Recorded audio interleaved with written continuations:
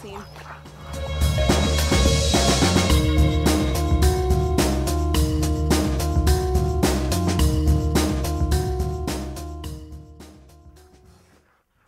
I've always been infatuated with the sport, and actually came back from Alaska in August and had been up in a kennel up there, and came back and was very intrigued about it and called somebody here. I got a tip that Jim was here, and came back and called him, and he needed somebody, so here I am.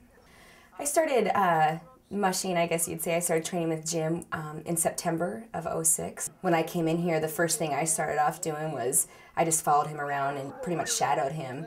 And then it just kind of just grew into me trying to get a relationship with the dogs, as well as Jim.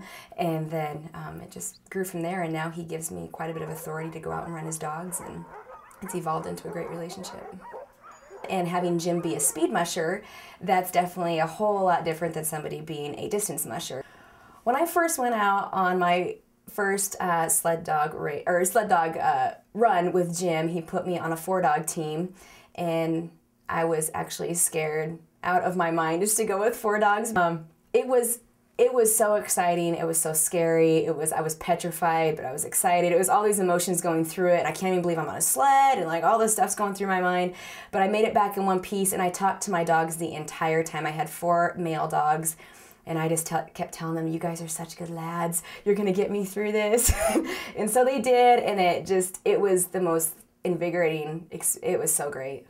It's a luxury here because the people that work at the kennel, they're almost like a handler for me, where they get their food ready and they actually go clean up the dog yard. And so I feel like I'm on a pedestal where I get to actually just go in and just run the dogs and train the dogs and get to know the dogs and build a relationship and not have to do all the extra stuff, which actually, I mean, wouldn't bother me, but I don't complain that I don't have to do it. Well, when I get a team ready to run, Jim usually helps me, but if I'm doing it solo, what I do is get the sled ready and get it attached to something so it won't go anywhere, get the gang line out.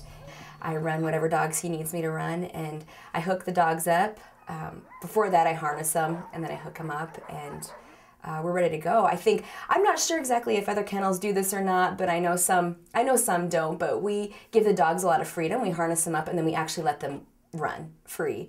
And so they're still in the gate, but they're able to run around and kind of get their business done. So hopefully on the trail, they're not doing it on the trail. But so we let them run free, and they're so excited to go that we call their name and they come over and we hook them up, and then we go. The most rewarding thing I have is just being with dogs. I'm a dog lover, and so the look on their face and the enjoyment that they have running it's so pleasurable. And if you go out and train them and you've had a good run, and it's just the most thrilling thing that I have honestly experienced, and I can say that I truly love what I do when I see those dogs go out.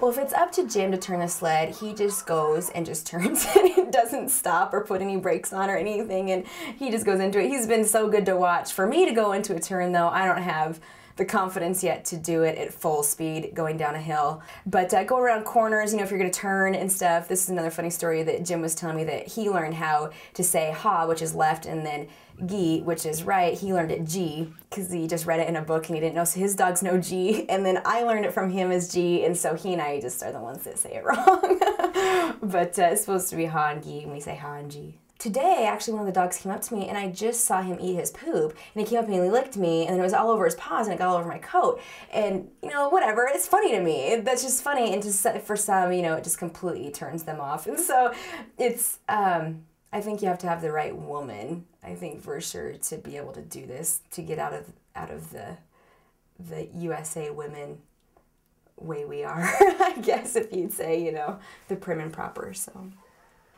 There's a lot of behind-the-scenes stuff that goes on that it's 24-hour a day, 365 job, and it's just, it never ends, and so you have to be able to have that passion for it, and I don't think people understand what it takes to have a kennel. It's such a passion, and at the end of the day, I'm just willing to work on it and just go from there, because I love being around those dogs, and that's all that matters.